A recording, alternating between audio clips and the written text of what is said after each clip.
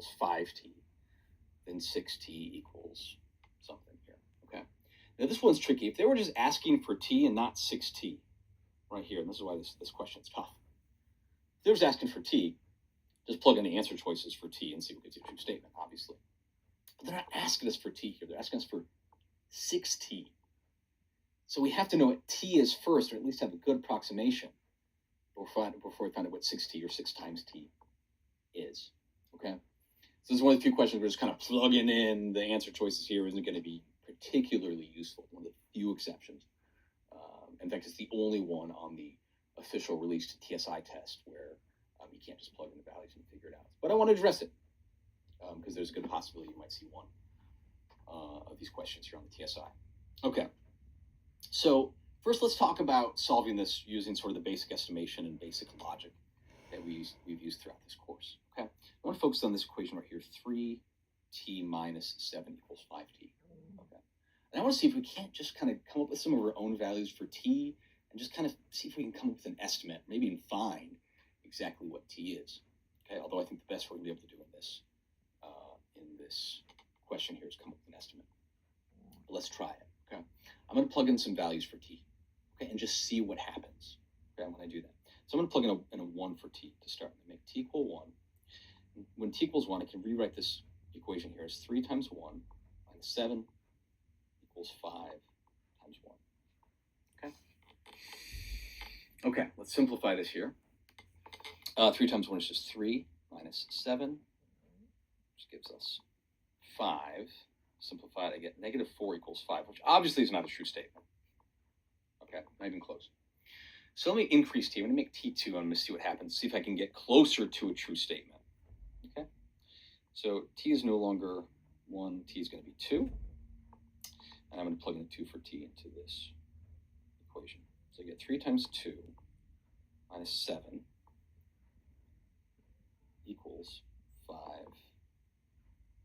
times 2. Okay. Okay, simplified here, I get 6 minus 7 equals 5 times 2, which is 10. 6 minus 7 is negative 1 equals 10e. Okay, I'm just as far away, maybe even a little farther away. That's just not a true statement. Let me try one more. I'm going to make t equal 3 and see what happens. Because I think I'm going to have to go negative here. Let me double check. Make t equal 3. 3 times 3 minus 7. Again, this is just a big experiment. I'm just seeing what happens here. Seeing if I can find out what t might be.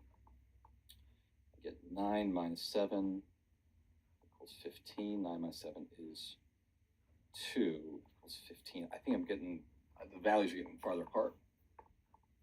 Values are getting farther apart. And I'm guessing that's continue. And I'm looking at now, of course, I'm multiplying t by 5. So the bigger t gets, the bigger the difference. Here I'm multiplying t only by 3. So the bigger the number, the bigger the difference. So I'm going to have to go negative here. Some negative numbers. I mean, I can look at it and plug in a 0, and I'm looking 2. Let's see what happens. I mean, I can look at it and plug in a 0, and I'm going to get negative 7 equals 0. So that's got me going in the right direction. They're getting closer there, but I'm going to go negative. I'm going to plug in a negative 1 in for t. Let's see what happens.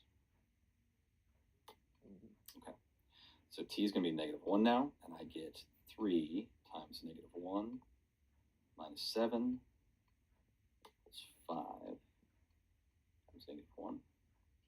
Okay. And I get negative 10 equals negative 5. Those are a little bit closer than what we've been dealing with previously. It's a good sign. We make t negative 2. Let's see what happens. So t is negative 2, plugging it in. Again, I'm just looking at this question like a big experiment. That's all this is. You got all the time in the world in TSI. Just play around with equations like this. 5 times negative 2. Okay, negative 6. Sorry, 6 times negative 2 is negative 12. Minus 7 equals negative 10. I get negative 19 equals negative 10. Ooh.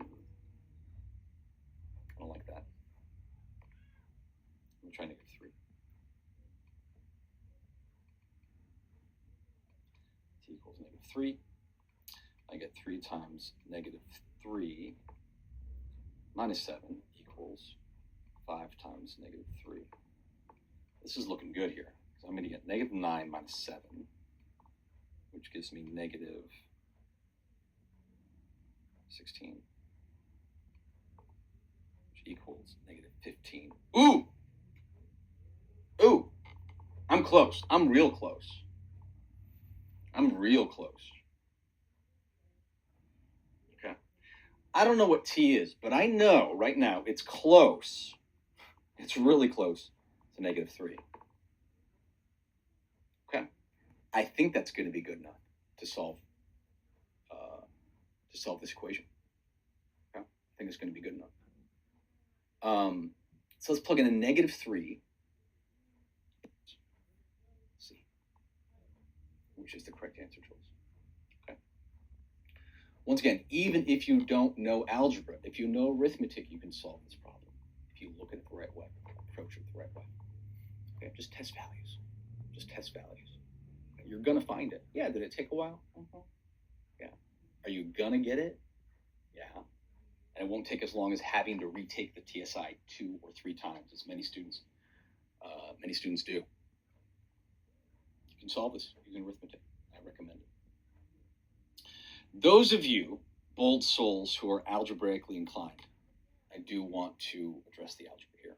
I'm going to show you how to do it. I don't recommend it.